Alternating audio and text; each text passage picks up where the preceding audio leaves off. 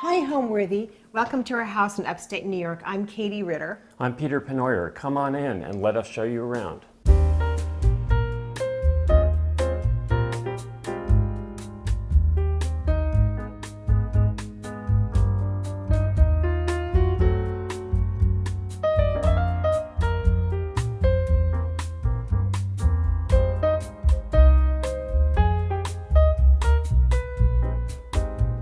You're watching Homeworthy, where we believe every home has a story. To shop items inspired by this and other Homeworthy episodes, be sure to check out the product links below for amazing furniture, accessories, and more.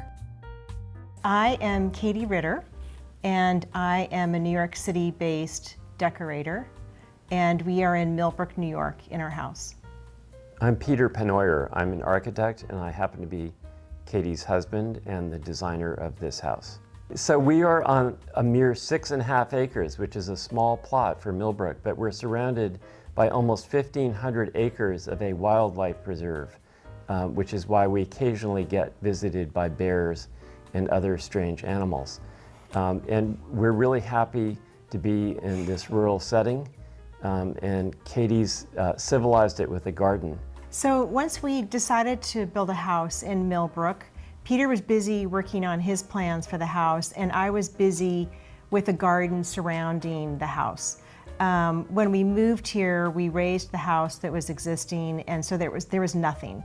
And then as well, at the same time, I was working on the interiors, and decorating comes easy to me, and garden design not as easy. So the decorating happened very quickly, and the garden I really labored over and studied and to figure out what I wanted to do for a good year before I actually planted. But she did finish her garden before the construction was done, so she beat me to the finish line. Yes. So this is an open plan house. There's only one room downstairs, which is the library, which is also our TV room, where you can actually close the door. Everything else is open plan, but it looks like traditional rooms because the moldings, the openings are framed, the ceilings are all different, and each room has a particular shape. So it doesn't strike people as being an open plan, even though that's essentially what it is. It's very comfortable to be here, just the two of us, or when all our kids are here. You know, this is a town with people who care about the land. So it's all about the farms, the horses, the fields, and there's a big land preservation movement here. So it seemed like a perfect respite from the city.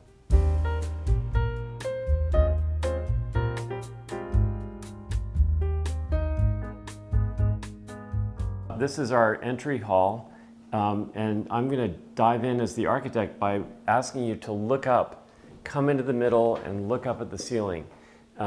This is an open, vaulted balcony, essentially, which looks up to the bedroom hall and brings light in all day in the middle of the house through this ley light. The pattern of stars on the ley light is actually vinyl stickers, and I actually stuck them on one by one on the glass panes, and the contractor lifted the glass up and put it back into the frame.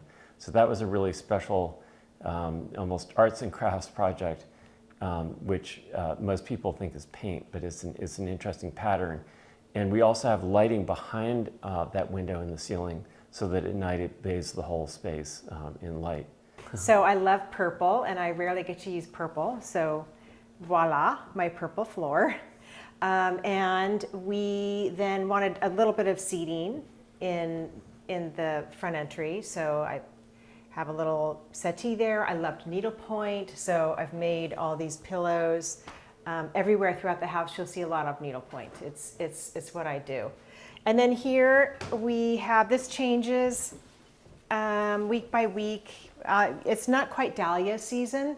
So I have, this is called oxalis, and I'll have plants, geraniums, and then flowers later on in the season here. And then I have this collection of little doves. They're actually soup tureens. You could actually drink your soup out of it, yeah, although they're soup I don't tureens. recommend it. But they're doves, and they're English, and I found a lot of them on eBay and Invaluable, and I've been collecting those. And the table is an American classical table from the collection of the investment firm DLJ. So right. we pick up some interesting things at auction, especially furniture that isn't as popular in the general taste these days. And I also want to point out Abraham Lincoln, because his pedestal is the cabinet that holds the leaves for our dining room table. So these go in one by one, and then suddenly it expands from being able to seat 6 to 12. So it's a double duty piece of furniture. And a lot of things here have a story. We love Sweden, we love Stockholm. These are these Swedish grace sconces from Stockholm. The elephant, I think, was in a store. It was in my shop. I had in between the magazine business and becoming a decorator, I had a retail shop on Lexington and 69th Street in New York City. And yeah, there are a pair of those that didn't sell. And so I have a few things left over from my shop from the late 80s. And then Peter, you have your collection of Yes, so New York City. the photography and the prints are all about New York City and historic architecture, and interesting photographers, and some of them architects who didn't have work in the Depression and took their hand to documenting the city. From Grand Central to the World's Fair, the harbor, Stieglitz, Jessie Tarbox Beals, the first woman photojournalist to be paid for her work. So there's a story here. None of them are, I don't think, particularly famous artists, but it's a special collection for us. And then right here, when you first walk in our house, I have an etagere filled with all my garden books and my garden diaries. So these are from the years starting from 2014, and it's by the date of all the different things when I started my sweet peas, when I should start my potatoes, and different notes on what worked well and what didn't work well. So I've got it from 2014 every year for my garden. That was the first year I started. So in the front entry, you know, because this is a second house for us, we didn't have anything. So we really started from scratch. And it was taking Peter's plan and dropping in the furniture. And, you know, a lot of good deals happen at auction. So many of the things that you see here, we bought at auction. And a lot of it is brown furniture, which, you know, you get incredible deals because people don't like brown furniture anymore. But so it introduces you to the house, a lot of antiques. We have a lot of antiques in this house, and a lot of color and a lot of pattern. At the beginning, when I was in the planning stages, I was very worried about what Peter would think of what I had planned. But he kept saying, really, just you do your thing. Just decorate and use the colors you want to use. And so I really felt uninhibited to do exactly what I wanted to do. I didn't feel like I had a client. Yes, and I was surprised to get a pink living room. But Katie also was able to incorporate some of the antiques that I found, a couple of them without consulting her, like a big bust of Abraham Lincoln. But she was good-natured about all of that. Yeah, there are a lot of busts, as you'll see, in this house.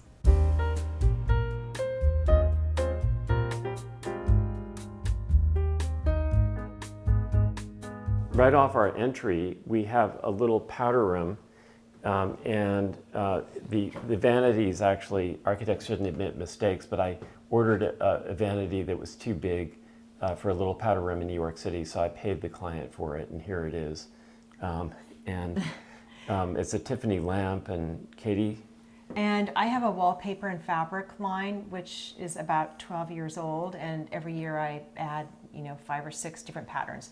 So this is one that I designed specifically for this house called Turtle Bay, and it is, you'll see, there are a lot of turtles around the house, inside and outside, and an antique mirror that Peter fashioned into a light fixture by adding sconces, drilling through the light. And a big picture from our wedding day, enlarged from 35 millimeter negative, of us driving off in the car that we owned then, which had been painted for me by Keith Haring. So we'll head into the library now. This is during COVID. This was Peter's office. It's It's a little library. It has our books. It doubles as a TV room behind this cabinet. It's a cozy spot. I mean, well, Peter, you spend the most time in this room. Right. It's the only dark room in the house, and I love it. And these saturated colors on the wall is a perfect backdrop to this collection of American manuscripts and map and photographs and tintypes and bits of history that I like to collect. And purple is the theme of this house, as you can tell already. So the walls are a deep, it's called mulberry. And it picks up some of the purples in the floor and in the dining room walls, which we'll go to in a minute. And like so many things in this house, we've collected them over the years and in our travels. The brass lamps with these wonderful balls are from Stockholm again. The prints and photographs I've collected over the years, and their various objects that we found in our travels.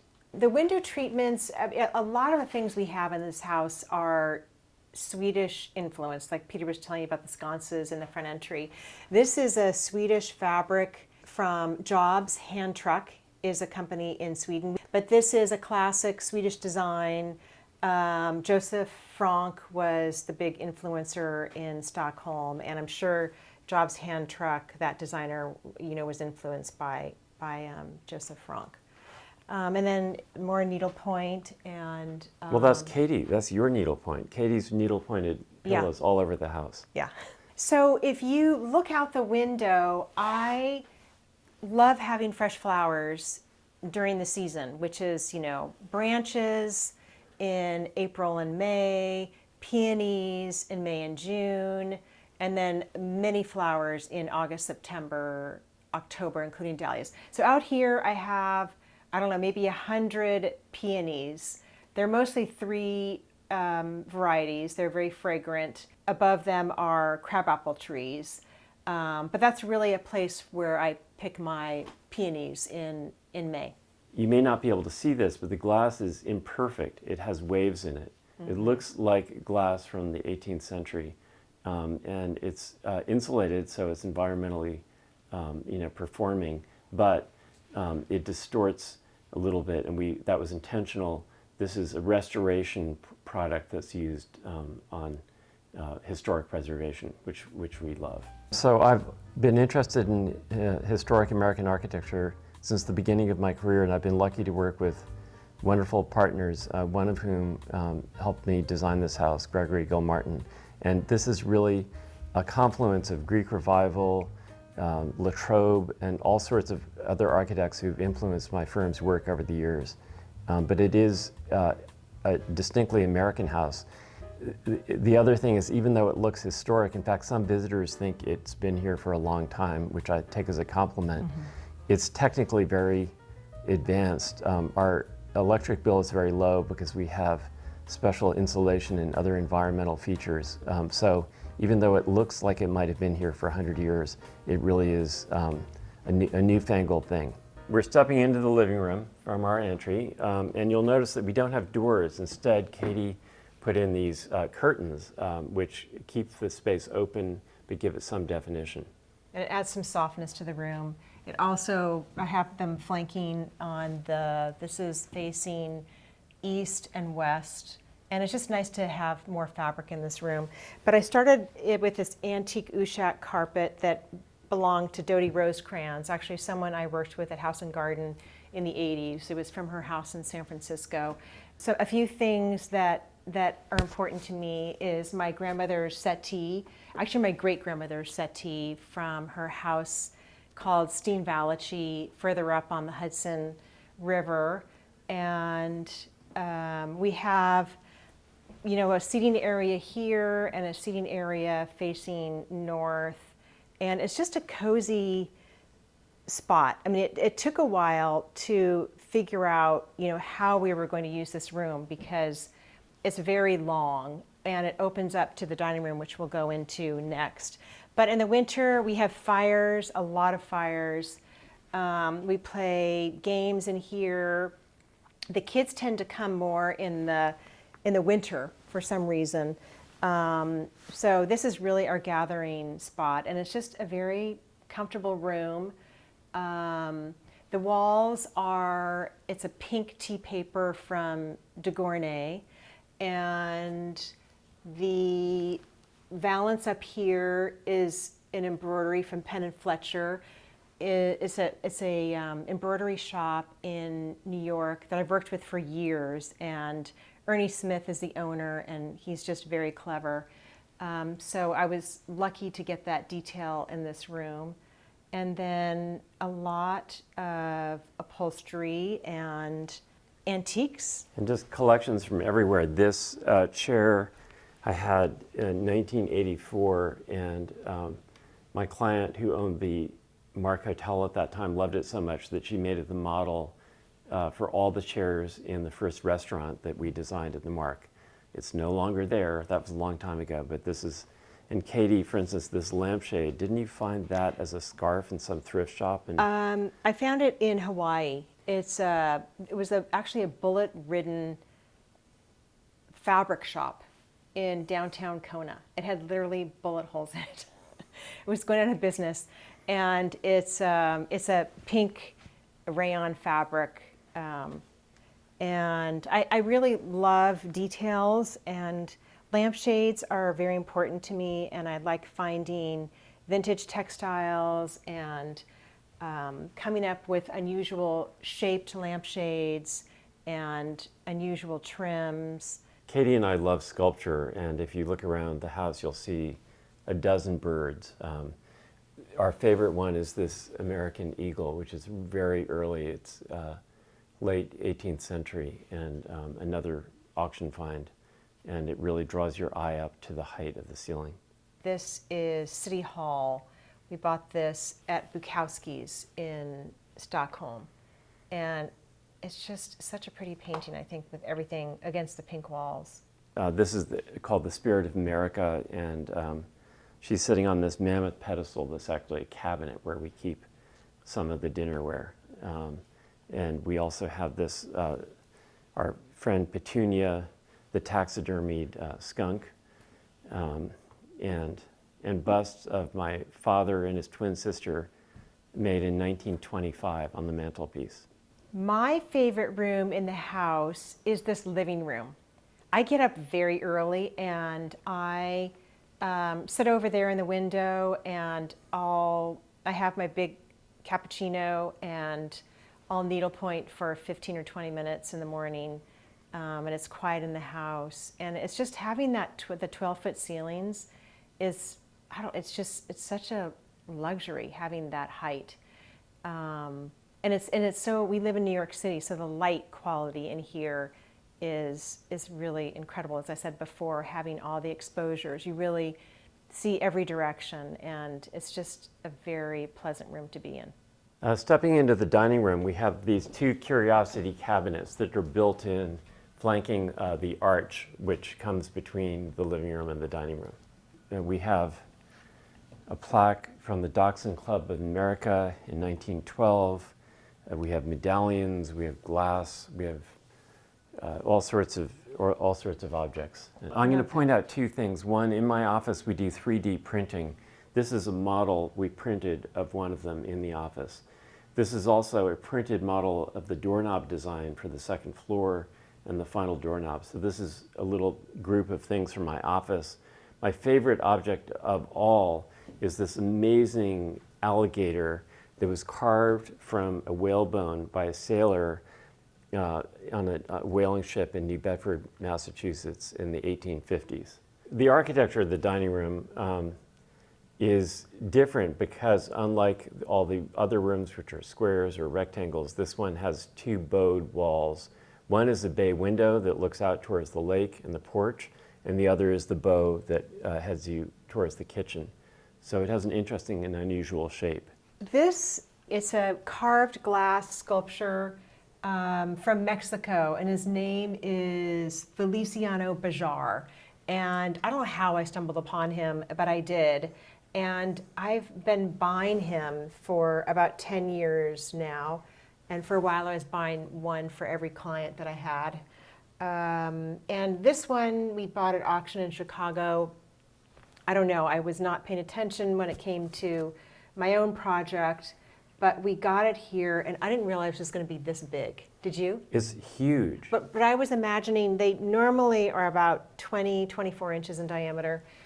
This came in a huge crate. We couldn't understand why this big crate for this little tiny Feliciano Bajar, but sure enough, we found a perfect spot for it in the dining room in front of the window. Yeah, he does this amazing thing with the glass, creating these multiple layers of view. And it's all made with reclaimed auto parts from some junkyard in Mexico. So these are transmission shafts and gears. And we love the fact that he's working with this reclaimed material. The carpet follows the curve of the room, the table's round, and this is an articulated table based on the Jupe model, the antique in England. So as you turn the table, the leaves all come out of the center, and then you put new leaves in. So it's a really practical table. So normally the table's expanded. Katie does the tabletop. I'm in the kitchen cooking. That's my passion on weekends especially. Peter's the cook. And so what we do is we put a tablecloth on the kitchen island so that everyone can serve themselves. So it's not formal. We don't do serve dinner. It's the country. Yeah. And we keep the wine on the table so people can pour as much as they feel like drinking within limits. And we it's a wonderful room to be in. And we love the round table because it keeps the conversation open and keeps everyone engaged. So Peter and I met in 1988. I was working for House and Garden magazine, and Anna Winter had told me that she wanted me to do a story on young people who live with inherited furniture, and she gave me a list of people that she thought I should contact, and one of them was Peter. So I met Peter, I went to his office, and at the time I'd been at House and Garden for 4.5 years, and I really wanted to be a decorator. And so I had told him this when we were talking to each other in his office, and really that's when I changed careers. Peter convinced me to come work for him, which in the end it didn't work out. We got engaged 4 months after we met, and then 5 months after that we were married. And it just was kind of a natural segue from the magazine business to what I'm doing today. I had some very interesting clients when I started out. My first project was a loft for Isabella Rossellini, and we also we did Keith Haring's Pop Shop, and I think that kind of client attracts attention of someone like Anna Wintour.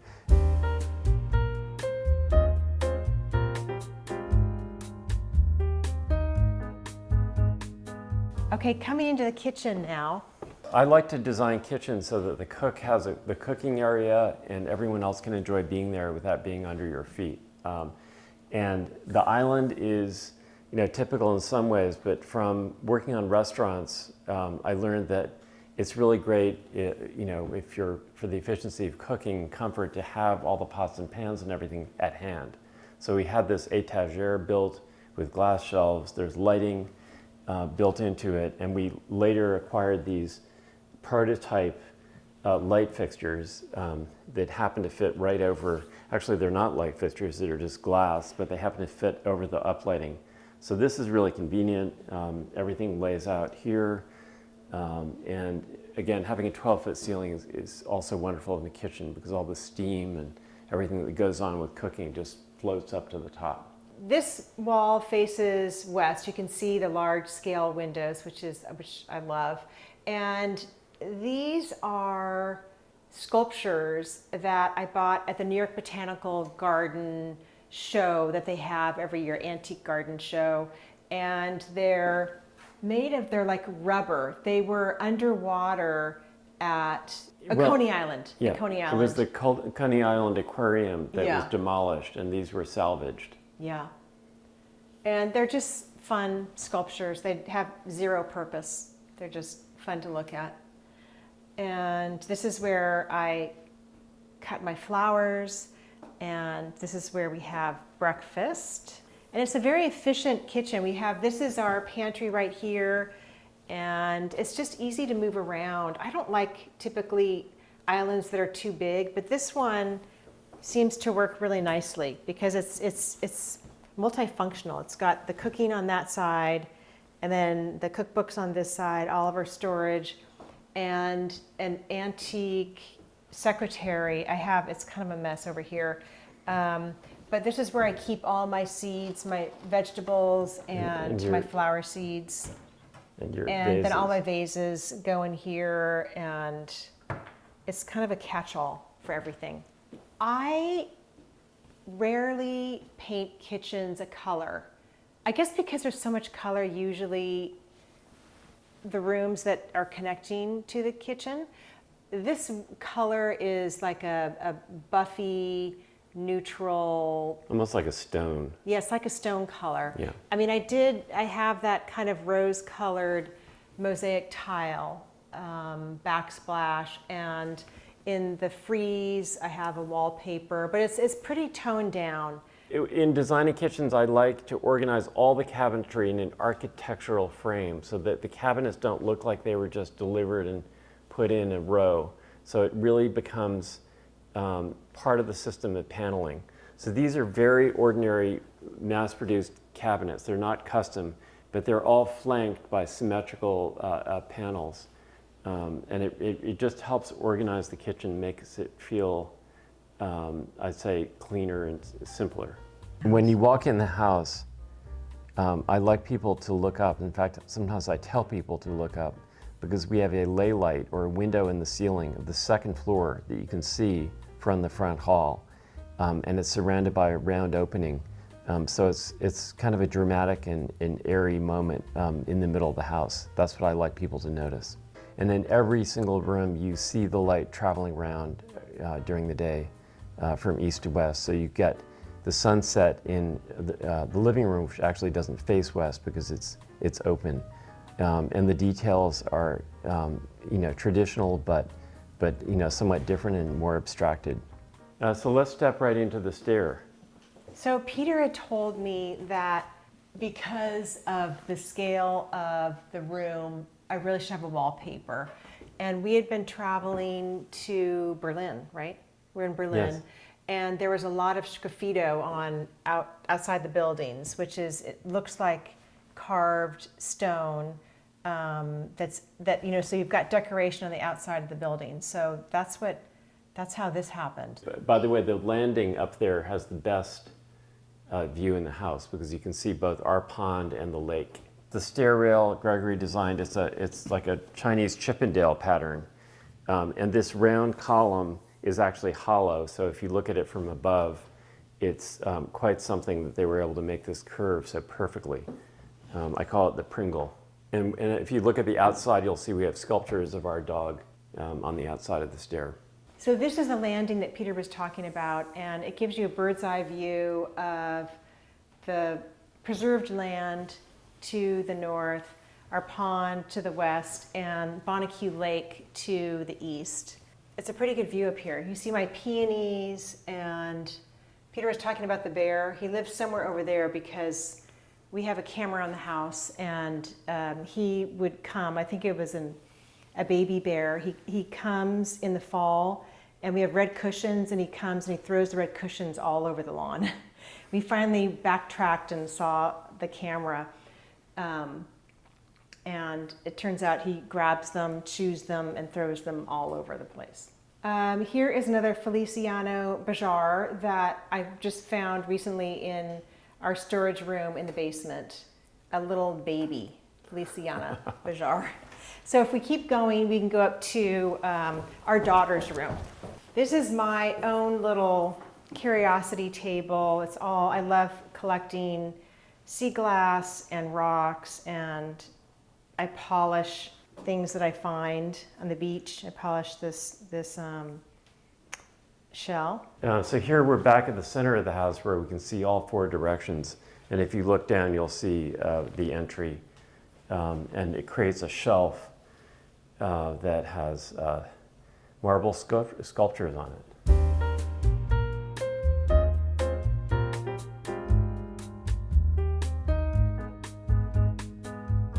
So this is our youngest daughter, Gigi, her bedroom. And it's fabric covered walls, which I love to do in bedrooms. I think it's just a cozy detail. It's paper backed and applied like wallpaper. And again, I was influenced by Sweden when we were working on this house. It's another, actually this one is Fens 10 fabric. Her bed is in this nook right here. And I would say this is everyone's favorite bedroom. Guests to come stay, it's Gigi's bedroom. And this is a painting by an artist that I've collected. I buy a lot of him from my clients. His name is Carl Schrag. So let's step outside and I'll show you the front of the house.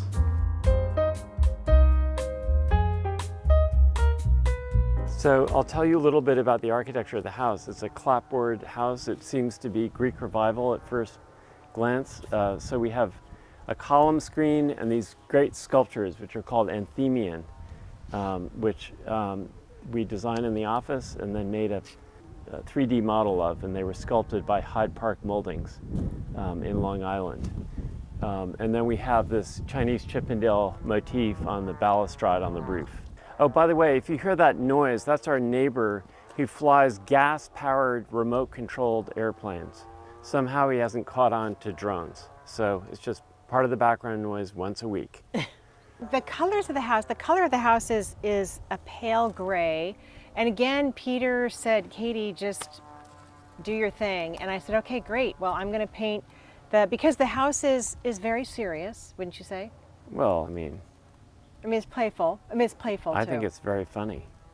But so I really, instead of having a classic black and white house, I really wanted to add some color. So all the mullions are painted red and all the shutters are like a deep gray to black color with a little bit of blue. And then the rest of the house is painted a pale gray color that you really notice when it's snowing out. That's when you really see the color gray. It's really important in our houses to have a terrace at the entrance deep enough to accommodate benches and pots. And Katie takes a lot of care planting these pots every year. So this is the stair from the outside, and at the top you'll see a bas-relief of a dachshund and then a rabbit in the middle. So we decided that this is a perfect place to add some art to the house.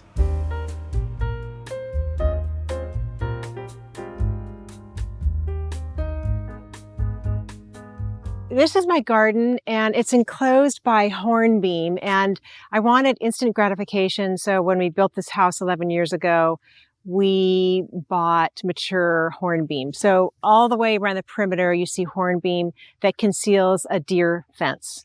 I go to garden shows and I buy a lot of plants, and some work, some don't. I know my zone and what will work. I have an irrigation system that runs all the way through the bed, so I don't have to worry about when I'm not here Monday through Thursday about it being watered.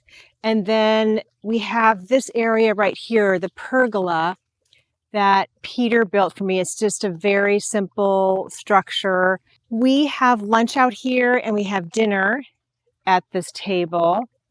And we have a seating area over here with, again, another little turtle. This garden really looked good from the get-go because there was nothing here, and we laid an irrigation system down, and I was not dealing with clay soil. We put all new soil in the beds. So it was really not a frustrating experience for me because I had such good drainage. It drains, everything is irrigated from my pond, which is west of us.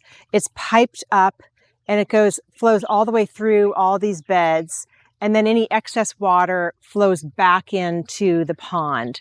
So I would say the most important thing for a garden is to have good drainage, because not a lot of plants like to sit in wet soil.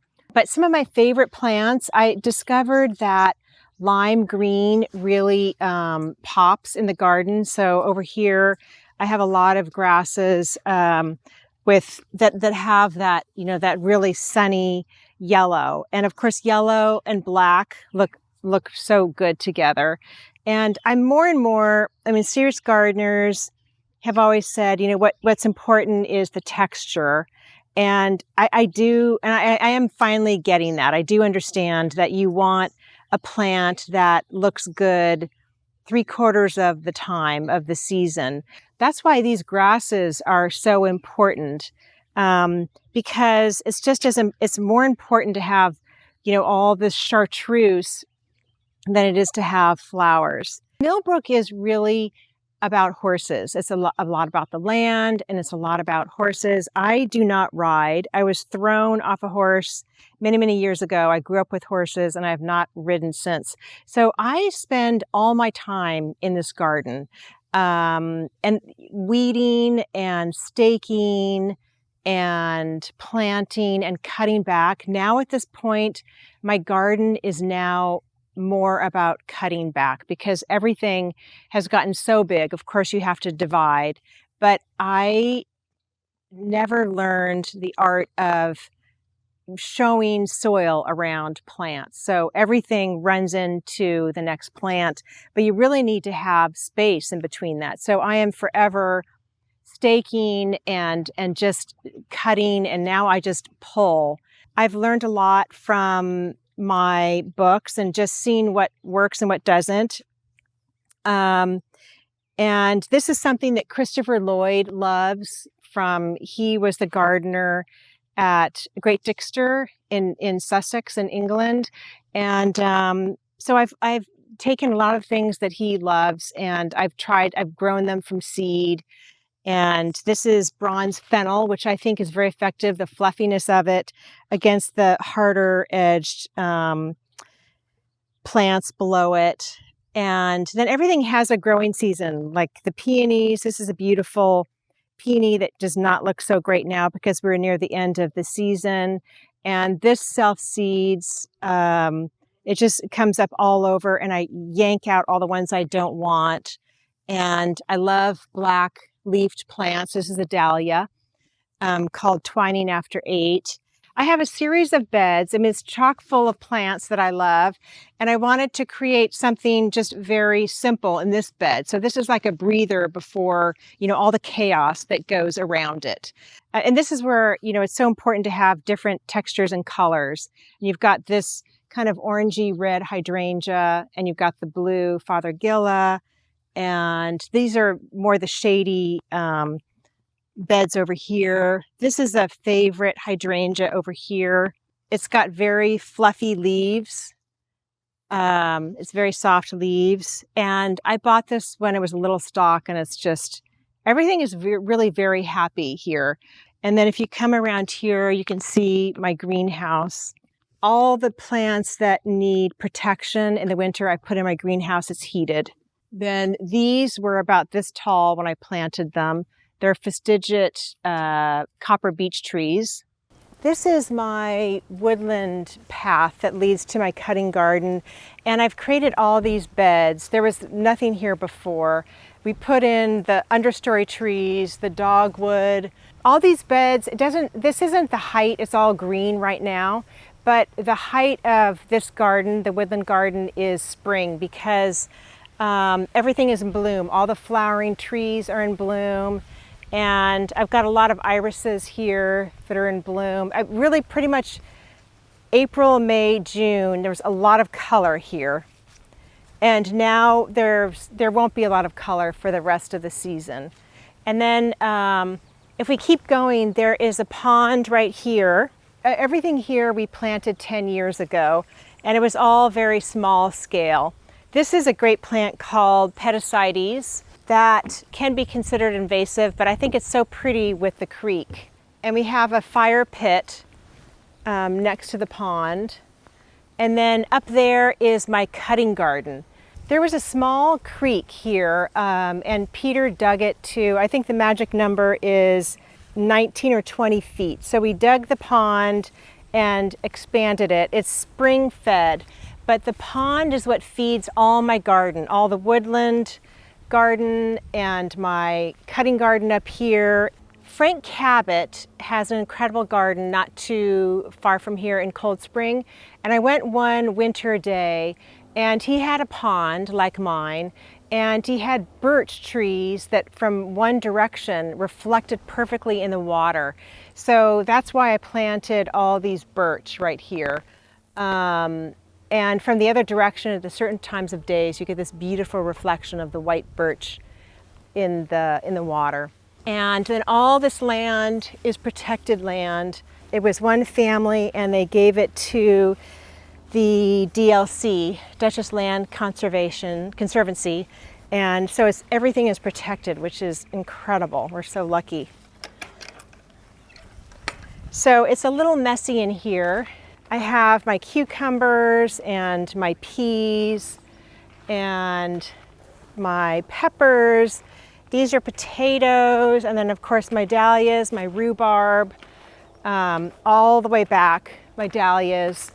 And asparagus and raspberries and my tomatoes. I don't know what happened to my tomatoes this year because I grow them from seed and they have not done very well. I normally have, this thing covered with tomatoes. Home means to me someplace that is all about you, that is comfortable. It is a reflection of who we are. Our houses are very personal, but I think for each of us, the biggest test is how comfortable our friends feel when they come. And people find this house unusual, but everyone seems to feel very comfortable here. And we enjoy entertaining and we enjoy having friends. And that's what home is for me. Thanks, Homeworthy, for coming to our house. We hope you enjoyed the tour and we hope to see you soon. Bye. Thanks for watching. Be sure to go to homeworthy.com for exclusive content, shopping guides, and so much more.